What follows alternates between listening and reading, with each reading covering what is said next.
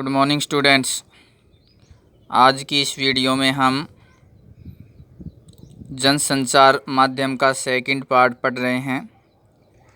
Print माध्यम, समाचार और संपादकीय, यहाँ से यह पार्ट आरंभ होता है। इसमें पहला क्वेश्चन बनता है कि प्रिंट मीडिया से क्या आशय है, उसके विभिन्न प्रकारों का उल्लेख कीजिए। प्रिंट मीडिया को मुद्रण माध्यम भी कहते हैं। ये भी आ सकता है कि मुद्रण माध्यम से आप क्या समझते हैं। तो जैसा कि देखिए, इसका नाम ही है प्रिंट मीडिया। प्रिंट शब्द से आप भली भांति परिचित हैं। तो इसकी परिभाषा में हम बताएंगे कि छपाई वाले संचार माध्यम प्रिंट मीडिया या मुद्रण माध्यम कहलाते हैं। अर्थात ऐसे कोई भी समाचार संदेश जो हमारे पास छप करके पहुंचते हैं वो प्रिंट मीडिया या मुद्रण माध्यम कहलाते हैं। उदाहरण के रूप में जैसे समाचार पत्र हैं, पत्रिकाएं हैं और पुस्तकें हैं, इश्तिहार जिनको हम पंपलेट भी बोलते हैं। तो ये सभी जो हैं वो प्रिंट मीडिया के एग्जाम्पल हैं।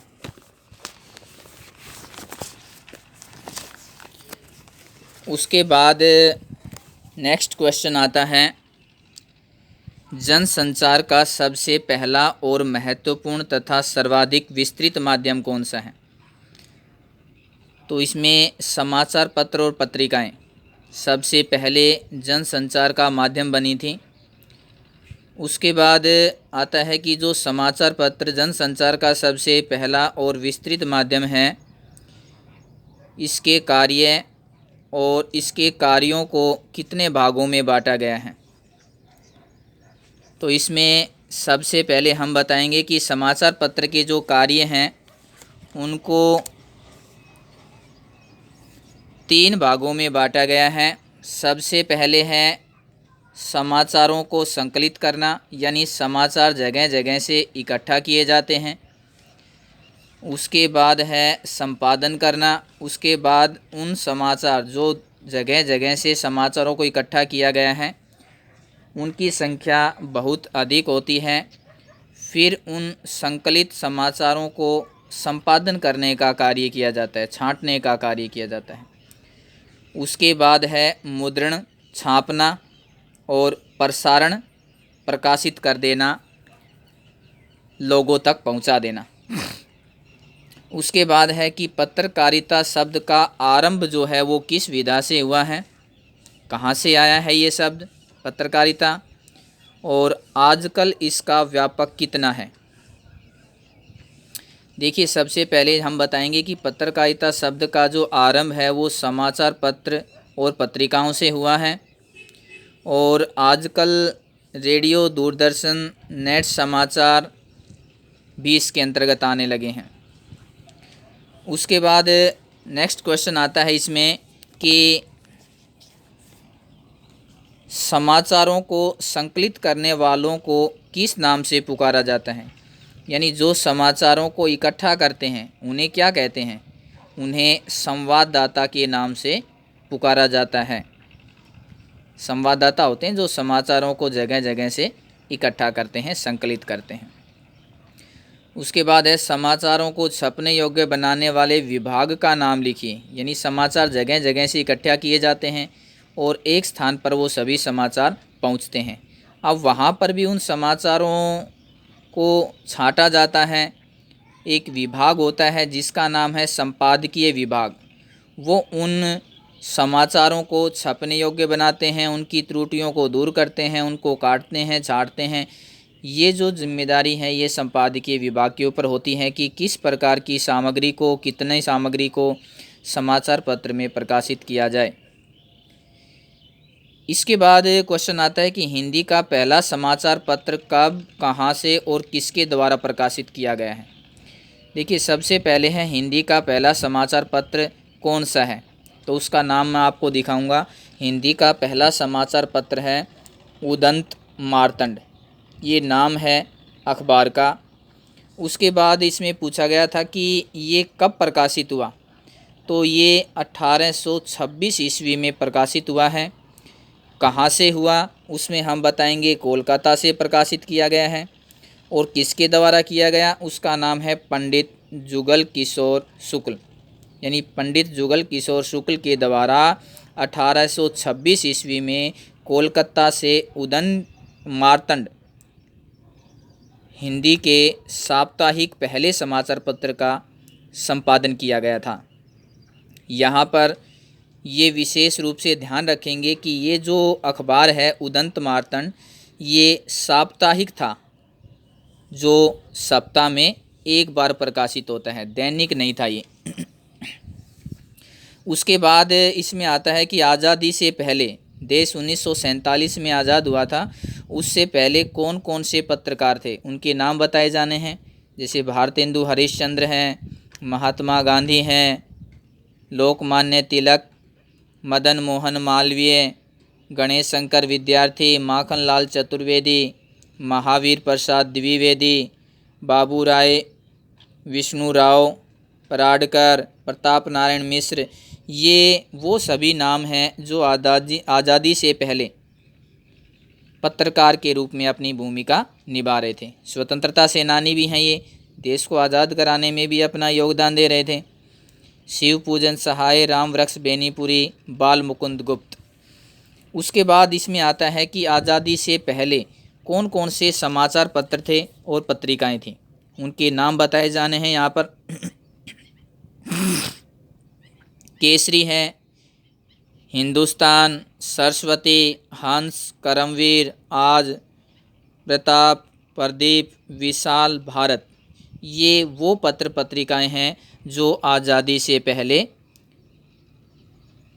प्रकाशित की जाती थी। इनमें से बहुत सी समाचार पत्र पत्रिकाएं आज भी प्रकाशित की जाती हैं, लेकिन ये सभी आज़ादी से पहले से जुड़ी हुई हैं।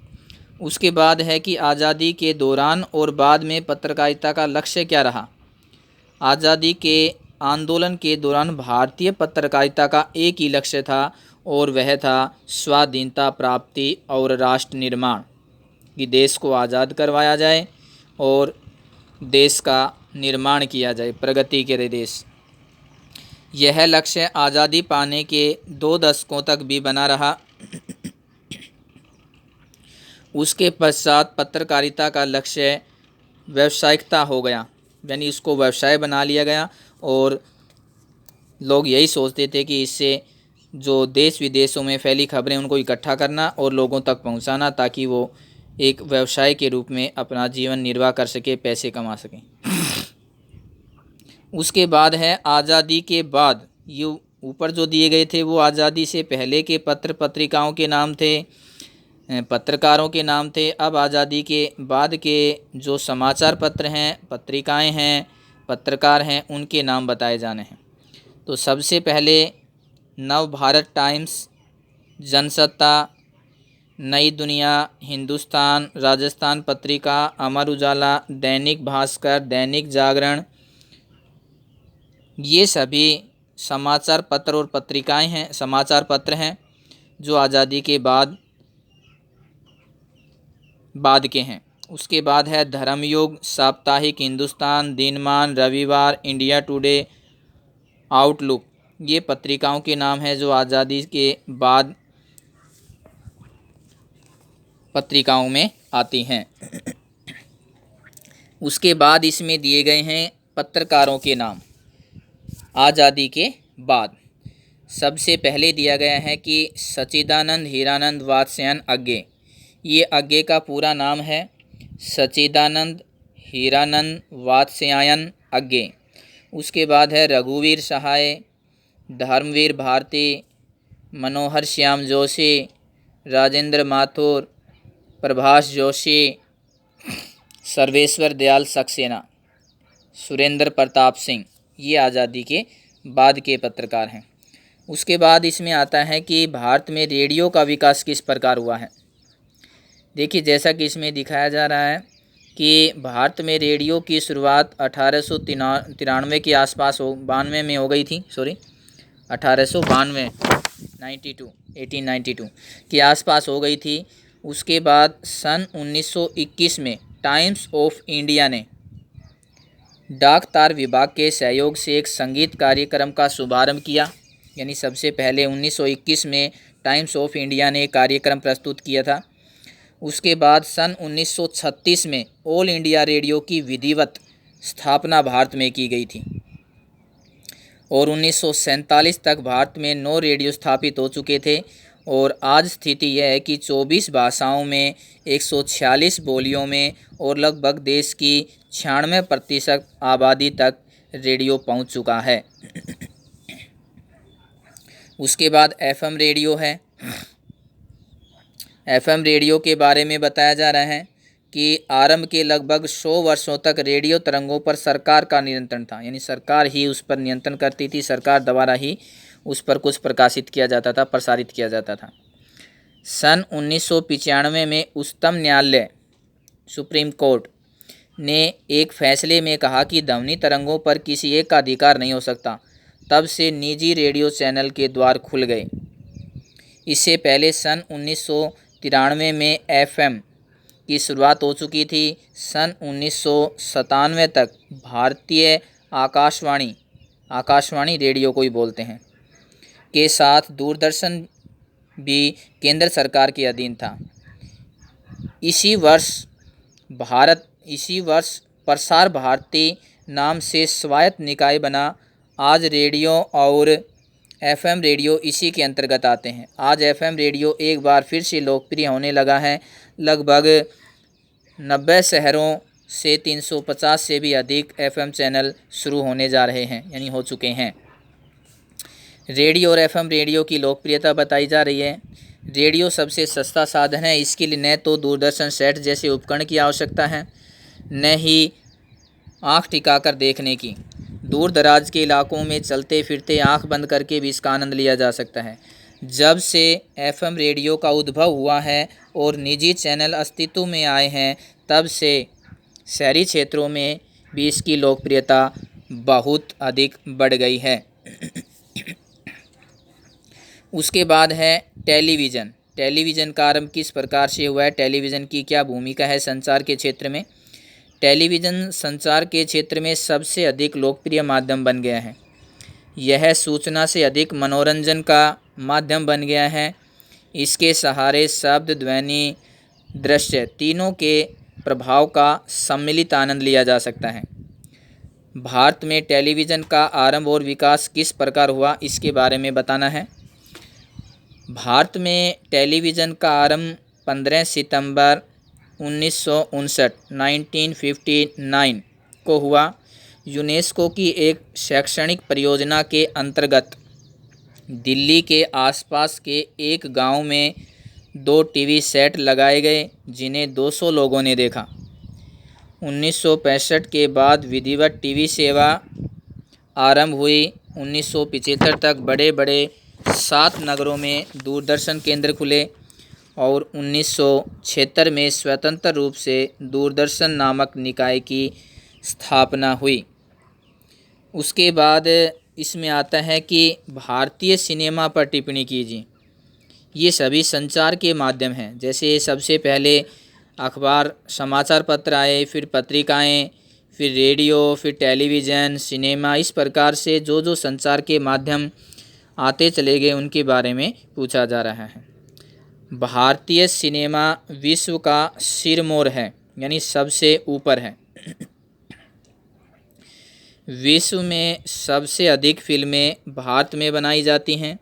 यहाँ लगभग हर वर्ष 800 फिल्में बनती हैं, जिन्हें बड़े चाव से देखा जाता है।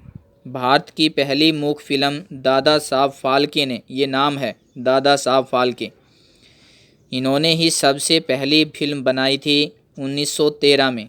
लेकिन यह मूक फिल्म थी, इसमें आवाज़ नहीं आती थी, केवल चित्र दिखाए गए थे और इसका नाम था राजा हरिश्चंद्र। इसके बाद दादा साहब फाल्के द्वारा ही 1931 में बोलती हुई फिल्म बनाई गई, जिसका नाम था आलम आरा। इसमें हम चित्र भी देख सकते थे, आवाज़ भी सुन सकते थे। लेकिन यह 1931 में बनी थी और पहली जो फिल्म थी वो 1913 में बनाई गई थी। राजा हरिश्चंद्र, जो कि मूक फिल्म थी, ये ध्यान रखेंगे। इसके आरंभ में धर्म पुराण, ये जो आलम आरा फिल्म है इसके बारे में बताया जा रहा है। आरंभ में धर्म पुराण और इतिहास पर आधारित फिल्में बनी थी। शुरुआत में जो फिल्में बनती थी उस समय की बातें बताई जा रही हैं। उस समय जो फिल्में बनती थी वो धार्मिक होती थी, किसी पौराणिक कथा कहानियों से जुड़ी हुई होती थी। उसके बाद सामाजिक यथार्थ का ज़माना आया, समाज के ऊपर, समाज की सच्चाइयों के ऊपर फिल्में बनाई जाने लगी। और प्रेम का युग भी आया, प्रेम की फिल्में बनाने लगी। उसके बाद धीरे धीरे फिल्में व्यावसायिक और फार्मूला फिल्में बनने लगी। कला फिल्में हाशिए पर चली गई। आज भारत की पारिवारिक फिल्में भी लोकप्रिय हैं। भारत के कुछ प्रसिद्ध फिल्म निर्माता जैसे पृथ्वीराज कपूर, गुरुदत्त, सत्यजीत राय, श्याम बेनेगल, मृणाल सेन, गोविंद निहलानी, ये फिल्म निर्माताओं के नाम दिए गए हैं जिन्होंने उस समय फिल्म बनाई थी। उसके बाद इसमें आता है इंटरनेट। ये भी संचार का एक माध्यम है और उसके बारे में पूछा जा रहा है कि इंटरनेट अन्य संचारों से किस प्रकार भिन्न है। अन्य जो संचारों के माध्यम हमने पढ़े, समाचार पत्र हैं, पत्रिकाएं हैं, रेडियो है, टेलीविज़न है और सिनेमा है।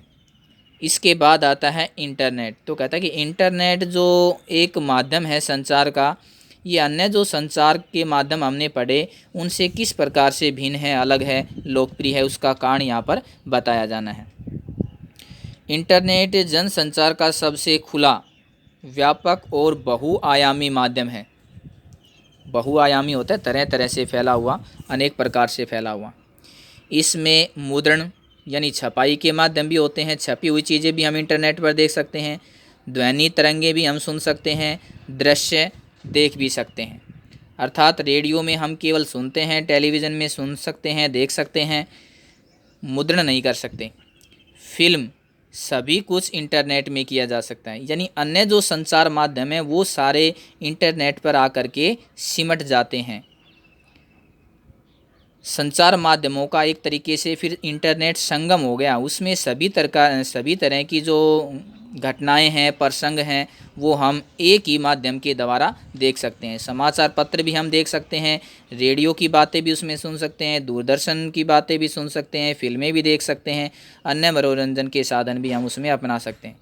जबकि अन्य संचार माध्यमों में अपना एक निश्चित दायरा होता है और उसी के अनुसार उसमें हम वो कार्य कर सकते हैं। इसका व्यापक फैलाव एक साथ विश्व भर तक फैला होता है। इसके विश्वव्यापी जाल के माध्यम से पल भर में पूरे विश्व के ज्ञान और मनोरंजन का अंग बना जा सकता है। इसके माध्यम से व्यक्ति केवल पाठक, श्रोता, दर्शक ही नहीं रहता है, वह भी संचार प्रणाली का प्रसारक बन जाता है। अर्थात वह भी संदेशों को भेज सकता है और उन पर अपनी प्रतिक्रिया दे सकता है। इंटरनेट के माध्यम से वह इसके माध्यम से बातचीत कर सकता है, अपनी प्रतिक्रिया व्यक्त कर सकता है, ब्लॉग बना सकता है और अपने संदेश विश्व भर तक पहुंचा भी सकता है। तो यही वो कारण है जिनके कारण इंटरनेट अन्य सभी संचार माध्यमों से श्रेष्ठ हो गया है, लोकप्रिय हो गया है, प्रमुख बन गया है। उसके बाद अपने इसी टॉपिक में अगला जो प्रसंग है वो आरंभ होता है पत्रकारिता। ये तो थे प्रिंट मीडिया, समाचार पत्रकारिताएं, किस किस से कौन कौन से माध्यम हैं जो हम तक संदेश पहुंचाते हैं और उनका आरंभ किस प्रकार से कैसे हुआ है, उनका योगदान किस तरीके का है। अब इस टॉपिक में हम पढ़ेंगे कि पत्रकारिता क्या है और इसकी परिभाषा क्या है। सबसे पहले इसमें क्वेश्चन दिया गया है, पत्रकारिता से आप क्या समझते हैं? देश विदेश में घटने वाली घटनाओं को संकलित करके, संकलित का मतलब होता है इकट्ठा करना, क्योंकि देश विदेश में जो भी घटनाएं घटित होती हैं उनको इकट्ठा करके समाचार के रूप में संपादित करने की विधा, संपादित होता है छापना, विधा को पत्रकारिता कहते हैं। यानी जैसे कि अध्यापक का कार्य अध्यापन होता है, वैसे ही समाचार पत्रों में संवाददाताओं का जो कार्य है, जो वो खबरों को इकट्ठा करते हैं, छापते हैं, उस कार्य को पत्रकारिता कहा जाता है। उसके बाद है पत्रकारिता के विविध आयाम पर प्रकाश डालिए। विविध आयाम कौन कौन से हैं पत्रकारिता के? तो पत्रकारिता का संबंध मुख्य रूप से समाचारों से है, क्योंकि समाचारों में जो घटनाएं छापी जाती हैं वो पत्रकारिता के अंतर्गत आती हैं। इसके आयाम भी अलग अलग हैं। किसी विचार, टिप्पणी, संपादकीय लेख, फोटो, कार्टून आदि को छापना पत्रकारिता के अंतर्गत आता है। इसके निम्नलिखित आयाम हमारे सामने आते हैं: संपादकीय, फोटो पत्रकारिता, कार्टून कोना, रेखांकन और कार्टोग्राफ। यानी संपादकीय भी होता है, खबरों को संपादित किया जाता है, फ़ोटो भी होती हैं, उसमें कार्टून भी बनाए जाते हैं, रेखांकन होता है, किसी चीज़ को मोटे अक्षरों में लिखना, हेडलाइन बना करके लिखना, कार्टोग्राफ ग्राफिंग के द्वारा किसी बात को समझाना समाचार पत्रों में। उसके बाद इसमें आता है कि पत्रकारिता के प्रकार, किस किस तरह की पत्रकारिताएं होती हैं। सबसे पहले इसमें आया है खोजपरक पत्रकारिता। जैसा कि देखो इसमें नाम ही है इसका, खोजपरक। तो इस नाम को जब आप समझ जाएंगे तो इसकी परिभाषा भी समझ जाएंगे और आप समझ जाएंगे कि खोजपरक पत्रकारिता के अंतर्गत किस प्रकार की खबरें आती हैं, किस प्रकार की घटनाएं और सूचनाएं आती हैं। खोजपरक यानी सार्वजनिक महत्व के भ्रष्टाचार और अनियमितता को उजागर करने के लिए खोजपरक पत्रकारिता का सहारा लिया जाता है। इसके अंतर्गत छुपाई जाने वाली सूचनाओं की गहरी जांच पड़ताल की जाती है, उसके प्रमाण एकत्रित किए जाते हैं और प्रकाशित किए जाते हैं। टेलीविज़न में इसे सिटिंग ऑपरेशन के रूप में भी जाना जाता है। इंग्लिश में इसको सिटिंग ऑपरेशन भी बोलते हैं और हिंदी में इसको खोजपरक पत्रकारिता कहते हैं। यानी ऐसी चीज़ों को खोजना जो सार्वजनिक रूप से सभी लोगों के हित से जुड़ी हुई हैं, कहीं कोई भ्रष्टाचार हो रहा है, कहीं कोई अनियमितता बरती जा रही है, उसकी गहरी जांच पड़ताल की जाती है, उसको चुना जाता है, छांटा जाता है, उसका सर्च ऑपरेशन किया जाता है और उसके पश्चात उस खबर को एक तरीके से छापा जाता है। उसके बाद इसमें आता है विशेषीकृत पत्रकारिता। जैसा कि देखो इसमें ऊपर नाम था खोजपरक, यानी खोजना, किस चीज़ को? जो चीज़ छुपी हुई है, जिसके बारे में किसी को कुछ पता नहीं है, ऐसी चीज़ों को खोजना, जांच पड़ताल करना और फिर उसके बारे में लोगों को अवगत करवाना। और इसमें है विशेषीकृत, यानी विशेष रूप से, विशेष शब्द लग गया है, तो जब इसकी परिभाषा आप देखेंगे तो उसमें भी विशेष शब्द पर बल दिया गया होगा। किसी विशेष क्षेत्र की गहरी जानकारी देते हुए उसका विश्लेषण करना विशेषीकृत पत्रकारिता कहलाता है। यानी किसी विशेष क्षेत्र की गहरी जानकारी और उसका विश्लेषण, विस्तार पूर्वक उसके बारे में बताना, विशेषीकृत पत्रकारिता। इसमें कौन कौन से आते हैं? संसदीय पत्रकारिता, संसद की कोई बात है, संसद की कोई कार्रवाई है, उसके बारे में बताया जा रहा है। न्यायालय का कोई ऐसा आदेश है, न्यायालय की कोई ऐसी घटना है, कोई ऐसा आदेश उसके द्वारा दिया गया है। आर्थिक पत्रकारिता, आर्थिक जगत से जुड़ी हुई। खेल पत्रकारिता, खेल से जुड़ी हुई कोई विशेष पत्रकारिता। विज्ञान और विकास। अपराध पत्रकारिता, फैशन और फिल्म पत्रकारिता, ये सभी विशेषीकृत पत्रकारिता के अंतर्गत आते हैं और इनमें कोई विशेष जानकारी, गहरी जानकारी विश्लेषण द्वारा विस्तार पूर्वक समाचार पत्र में छापी जाती है और उसको लोग गहराई से पढ़ते हैं और विस्तृत रूप से जानकारी हासिल करते हैं। उसके बाद ये पत्रकारिता के और भी प्रकार हैं जो हम आगे पढ़ रहे हैं। उसमें आगे आता है वॉचडॉग पत्रकारिता। वॉचडॉग, देखिए सभी की अपनी अलग अलग परिभाषाएं हैं। सॉरी। सरकार के कामकाज पर निगाह रखने और उसकी गड़बड़ियों का पर्दाफाश करना वॉचडॉग पत्रकारिता कहलाती है। यानी इसमें देखो क्या अलग बात निकल कर के आई, इसमें यह बात अलग निकल कर के आई कि सरकार के कामकाज कैसे हैं, उनमें कहीं कोई सरकार के द्वारा गड़बड़ी तो नहीं की जा रही है। अगर वो गड़बड़ी है तो उसको उजागर किया जाता है, उसको जनता के सामने लाया जाता है। तो वो हो गई वॉचडॉग पत्रकारिता। उसके बाद है एडवोकेसी पत्रकारिता। एडवोकेसी नाम है इसका, इसको कहीं ना कहीं हिंदी में पक्षधर पत्रकारिता भी बोलते हैं। तो पक्षधर पत्रकारिता पूछा जाए तब भी वही बात है, और एडवोकेसी पत्रकारिता पूछी जाए तब भी वही बात है। किसी खास विचारधारा, मत या घटना पर जनमत बनाने के लिए, जनमत होता है लोगों का एक समूह बनाए जिससे बहुत से लोग जुड़े और ये माने कि ये हाँ घटना बिल्कुल सही है, अच्छा हो रहा है, वो होता है जनमत बनाने के लिए अभियान चलाने वाली पत्रकारिता को पक्षधर पत्रकारिता या एडवोकेसी पत्रकारिता कहा जाता है। जैसे किसी सांप्रदायिकता के मुद्दे को उछालने के लिए खास विचारधारा द्वारा पत्रकारिता की जाती है। तो इसमें किसी खास विचारधारा, मत या घटना पर लोगों को इकट्ठा करने के लिए, जनमत बनाने के लिए इस प्रकार की पत्रकारिताएं की जाती हैं। उसके बाद नेक्स्ट है इसमें वैकल्पिक पत्रकारिता।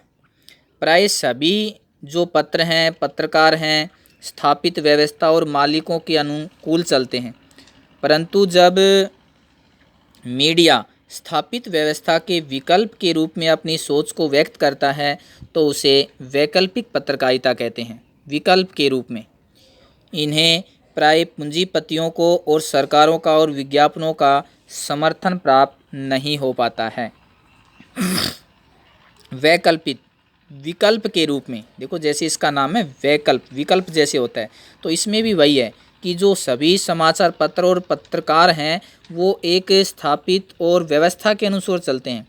देखिए हर एक की अपनी एक व्यवस्था होती है, अपने एक नियम कायदे कानून होते हैं और उन्हीं के अनुसार वो कार्य करते हैं। कोई भी संस्था हो, कोई भी समाचार पत्र हो, उसी तरीके से उन्हीं सिद्धांतों का पालन करते हुए, नियमों कायदे कानूनों का पालन करते हुए अपने कार्य को करते हैं। लेकिन विकल्प के रूप में वो अपनी सोच को व्यक्त करता है, यानी वो बताता है कि मेरी अपनी सोच क्या है, हमारा अपना मानना क्या है। वो ये नहीं कहता कि आप इसको ऐसा ही माने, बस वो मानता है कि ये घटना जो घटित हुई है, ये जो समाचार हम आपको दिखा रहे हैं, ये समाचार जो प्रकाशित हुआ है ये इस प्रकार का है और इस पर हमारी अपनी विचारधारा ये है, हम ये सोचते हैं, और लोगों की विचारधारा क्या है, लोग उस पर क्या सोचते हैं, वो लोगों के ऊपर छोड़ दिया जाता है। उसके बाद इसमें आता है पीठ पत्रकारिता या पेज 3 पत्रकारिता। इसमें किस प्रकार के घटनाएं प्रसंग आते हैं, किस प्रकार की खबर को, किस प्रकार के समाचार को हम पीठ पत्रकारिता या पेज 3 पत्रकारिता कहेंगे, वो इसमें हमें बताना है। तो जैसा कि देखो सभी परिभाषाओं में एक अलग अलग बात निकल कर के आती है जिसके आधार पर वो एक अलग परिभाषा बन जाती है। तो इसमें भी देखो एक अलग बात निकल कर के आई है कि सनसनी, चकाचौंध और ग्लैमर फैलाने वाली पत्रकारिता को पीठ पत्रकारिता कहा जाता है। यानी ऐसी खबरें जिनसे समाज में सनसनी फैल जाती है, एकदम से चकाचौंध हो जाते हैं सभी सुन कर के, या कोई ग्लैमर फैलाने वाली पत्रकारिता होती है, उसको पीठ पत्रकारिता या पेज 3 पत्रकारिता कहा जाता है।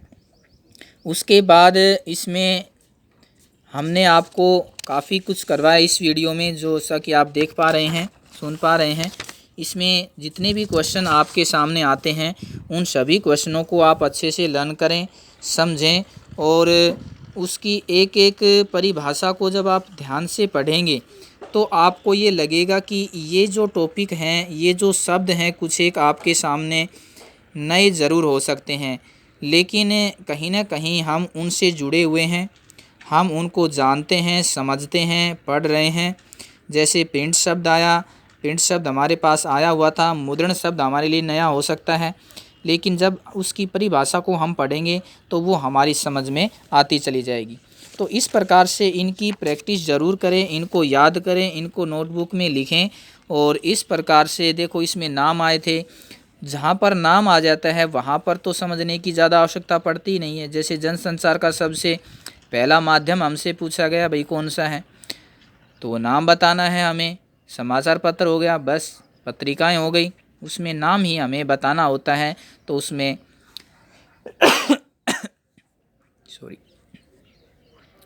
उसके बाद उसके कार्य दिखाए गए, पत्रकारिता शब्द के बारे में बताया गया, समाचारों को संकलित करते हैं उनको किस नाम से पुकारते हैं, उसमें हमें नाम ही बताना होता है।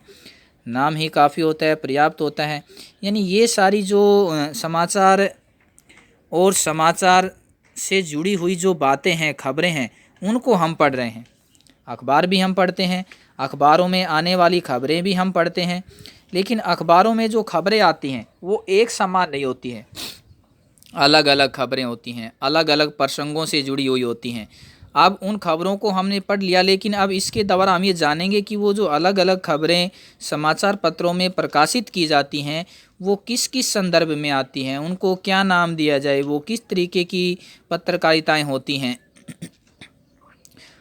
तो इसमें आप वो सभी पढ़ेंगे, वो सभी जानने का प्रयास करेंगे। इसमें कुछ नाम दिए गए थे जो आप इसमें देख पा रहे थे, आज़ादी से पहले के, बाद के समाचार पत्र, पत्रिकाएं, पत्रकार। अब यहाँ पर ये नाम हैं जो आपको याद करने पड़ेंगे।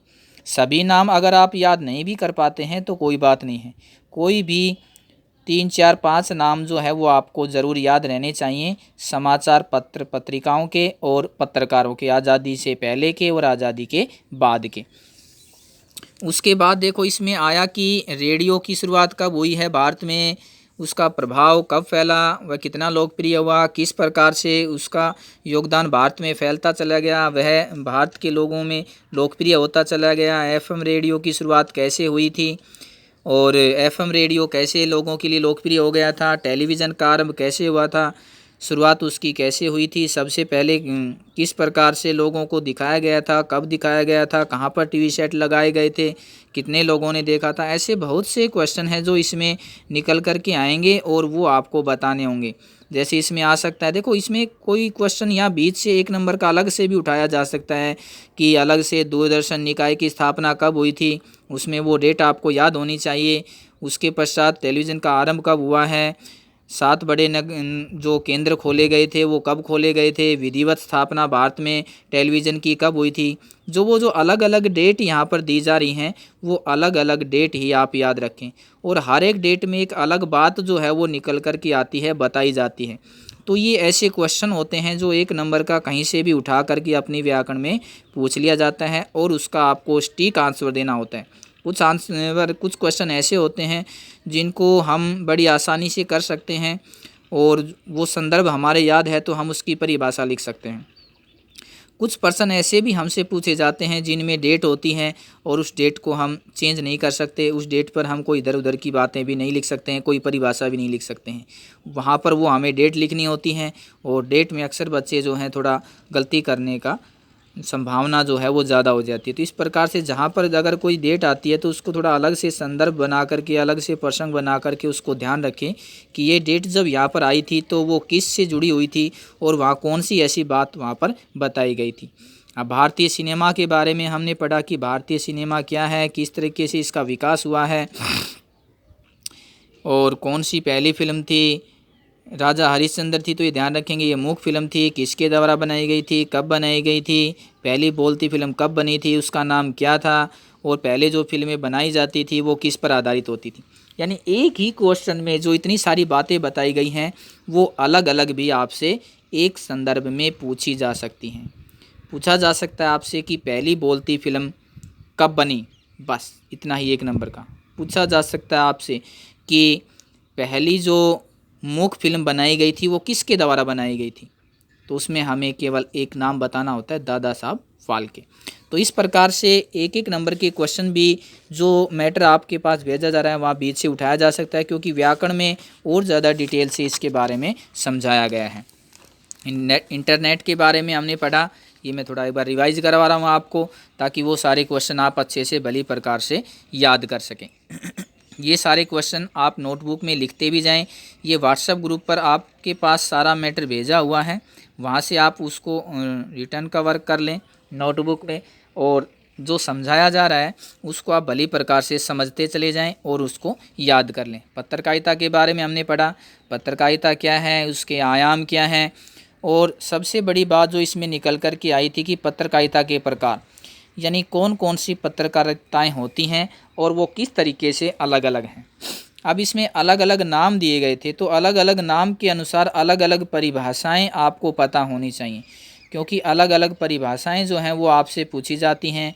खोजपरक पत्रकारिता के बारे में आपसे पूछा जाएगा तो आपको पता होना चाहिए खोजपरक पत्रकारिता क्या है। विशेषीकृत पत्रकारिता के बारे में पूछा जाएगा तो आप खोजपरक पत्रकारिता की परिभाषा विशेषीकृत पत्रकारिता में नहीं लिख सकते, क्योंकि विशेषीकृत पत्रकारिता की अपनी अलग परिभाषा है और खोजपरक पत्रकारिता की अपनी अलग परिभाषा है। उनको लिखने का तरीका भी अपना अलग है, उनको जांच पड़ताल का तरीका भी अपना अलग है, और उनमें जो प्रकाशित की जाने वाली खबर है, सूचनाएं हैं, घटनाएं हैं, वो भी अपने आप में अलग होती हैं। तो इस प्रकार से इन सब चीज़ों को थोड़ा ध्यान रखें और उसको अलग अलग मान करके ही उसको अपनाएं। इसी में जैसे वॉचडॉग पत्रकारिता थी, एडवोकेसी पत्रकारिता थी, वैकल्पिक पत्रकारिता थी, पीठ पत्रकारिता या पेज 3 पत्रकारिता। तो इनमें से किसी भी पत्रकारिता की परिभाषा जो है वो आपसे पूछी जा सकती है। जब आप एक परिभाषा को पढ़ते हैं, याद करते हैं, तो आपको लगता है कि हाँ ये परिभाषा हमारे याद हो गई, ये तो बड़ी आसान है। लेकिन जब सारी परिभाषाएं एक साथ एक जगह इकट्ठी हो जाती हैं तो खोजपरक और वॉचडॉग, एडवोकेसी, वैकल्पिक, वो सारी कभी न कहीं आपस में उलझ जाती हैं। तो इसलिए वो आपस में उलझे नहीं, इसके लिए आपको उसका जो नाम यहाँ पर दिया जा रहा है उस नाम के अर्थ को आप भली प्रकार से समझें, और उस नाम के अर्थ को जब आप भली प्रकार से समझ जाएंगे तो आप उस परिभाषा को अपने आप बना भी लेंगे और किसी दूसरी परिभाषा में उसको सम्मिलित भी नहीं करेंगे, मिलाएंगे भी नहीं, और वह अपने आप में अलग रहेगी। उसके बाद इस वीडियो में हम आपको इतना ही बता रहे हैं, समझा रहे हैं, ताकि आप यहाँ तक जितने क्वेश्चन आपको दिए जा रहे हैं, मेरे ख्याल से काफ़ी क्वेश्चन हो गए हैं। यहाँ जो हमने क्वेश्चन पढ़े थे, खोजपरक पत्रकारिता 41 का क्वेश्चन था कि विविध प्रकार, और विविध प्रकारों में जब हम देखेंगे तो खोजपरक पत्रकारिता की अलग परिभाषा है, वो 42वां क्वेश्चन बन जाएगा। विशेषीकृत का अलग बन जाएगा क्वेश्चन, और वॉचडॉग का अलग क्वेश्चन बन जाएगा। और इस प्रकार से जब इन परिभाषाओं के अलग अलग क्वेश्चन बनाएंगे तो इन क्वेश्चनों की संख्या काफ़ी ज़्यादा हो जाएगी, और ये लगभग 40-45 क्वेश्चन हैं ये हमने अब इसमें करवाए हैं। ये इस वीडियो में 40-45 पूरे नहीं हैं, ये सेकंड वीडियो है जनसंचार माध्यम की। जनसंचार माध्यम की जो पहली वीडियो थी उसमें हमने आपको 20 क्वेश्चन समझाए थे विस्तार से और उनके बारे में बताया था। अब ये सेकंड पार्ट है। अगर आपको लगता है कि ये क्वेश्चन बीच से उठे गए हैं, हमारी समझ में नहीं आए हैं, तो जनसंचार माध्यम जो वीडियो हम आपके पास भेज रहे हैं उसमें आप पार्ट 1 है, पार्ट 2 है। तो जब आप सारे पार्टों को समझते जाएंगे तो सारे क्वेश्चन जो हैं वो आपकी समझ में आते चले जाएंगे। तो इस प्रकार से आज की इस वीडियो में मैं आपको यहीं तक करवा रहा हूँ, पत्रकारिता तक। पत्रकारिता के आयाम, प्रकार, किस किस प्रकार की कैसी पत्रकारिताएं हैं, उनकी परिभाषाएं और उनके बारे में विस्तार से चर्चा हुई, और मुझे लगता है कि आपको वो सब बातें अच्छे से समझ में आ गई होंगी।